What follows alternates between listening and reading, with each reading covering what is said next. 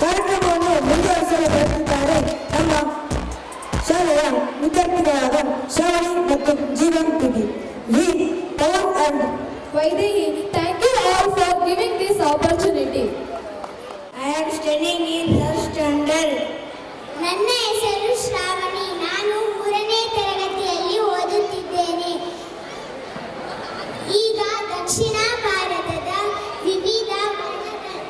ವಿವಿಧ ವರ್ಣಗಳಿಂದ ಕೂಡಿದ ಗೀತೆಯನ್ನು ನಿಮ್ಮ ಮುಂದೆ ಪ್ರದರ್ಶಿಸಲಿದ್ದಾರೆ 6ನೇ ತರಗತಿಯ ಅಕ್ಕಂದಿರು.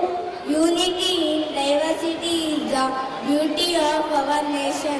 We have different traditions in different regions.